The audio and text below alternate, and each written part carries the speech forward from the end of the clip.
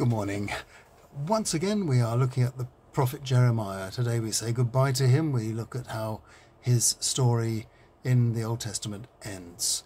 We're on day 217 and we're looking at Jeremiah chapter 37, verses 11 to 21. The army of Babylon was in tactical retreat from Jerusalem. This was caused by the approach of the army of Egypt. It seemed to me a good idea to leave Jerusalem myself and go down to Benjamin to live in my family property there. When I reached the Benjamin gate of Jerusalem, however, I was detained by the officer of the guard, Irjah, son of Shelemiah, grandson of Hananiah. He accused me of deserting to the Babylonians, which I vehemently denied. But he wouldn't listen, put me under arrest and took me to the administrators. They were very angry with me and had me beaten and locked up in Court Secretary Jonathan's house, which had been converted into a jailhouse. After a while, King Zedekiah sent for me to be taken to the palace. There he asked me privately if Yahweh had a message for him. Yes, I said, you will be handed over to the king of Babylon. But could you explain to me what crime I've committed against you or your administration or against these people that have been imprisoned? And what about your prophets who informed you that Babylon wouldn't attack you and your and our country? I think you'd better listen to me now, your majesty, and do as I say. I don't want to go back to the jail in Jonathan's house. Send me back there and I'm sure I'll die there. So King Zedekiah ordered me to be detained instead in the palace yard. That's where I had to stay. They gave me a loaf from the bakeries each day until supplies ran out. Well, it is entirely fair to say that people like Isaiah and Jeremiah were as near a thing to a loyal opposition as was possible in an absolute monarchy. Isaiah was more respected and did not incur the wrath of the authorities as severely as Jeremiah did. In this passage we have his personal recollection of his arrest. As the situation grew worse, we have a glimpse of the power play between the superpowers of Egypt and Babylon, and we just catch sight of changes amongst the king's advisers in his administration.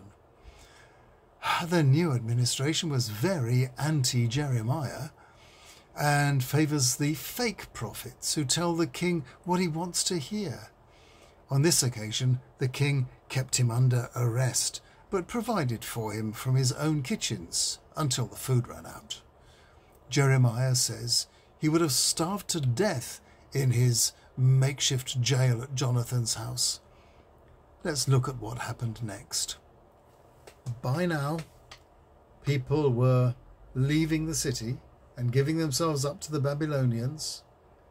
And after this, Jeremiah was telling anyone who came by what he knew would be the city's fate.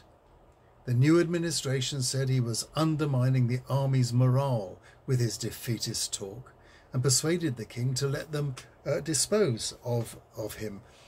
They had him incarcerated in a dried up but muddy well in the palace yard and left him there to die. One of the king's personal servants heard about it and told the king, who immediately had him hauled out half dead. He was now advising the king to come to terms with the Babylonians to save his own life and the lives of his people. But his stubbornness remained, and the Babylonians captured the city. The Babylonian king had Jeremiah released and ordered him not to be harmed. Jeremiah calmed the people by praying for them and helped them to come to terms with their plight. He tried to prevent an exodus towards Egypt, but sadly got swept up in that movement, much against his will.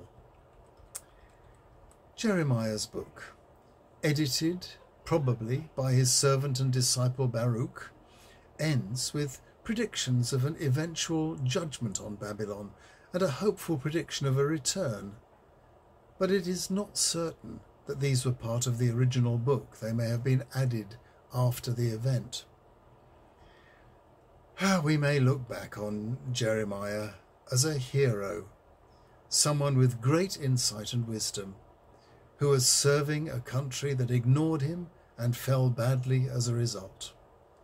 Two things stand out from Jeremiah: how important it is to be faithful to God, and how wise it is to keep your eyes open to threats to your security. A lesson for our own times, surely, today. Well, we've finished Isaiah and Jeremiah now, and tomorrow we are going to start a 5-day visit to what are often called the minor prophets. And we'll begin tomorrow with Hosea, and I'll see you then.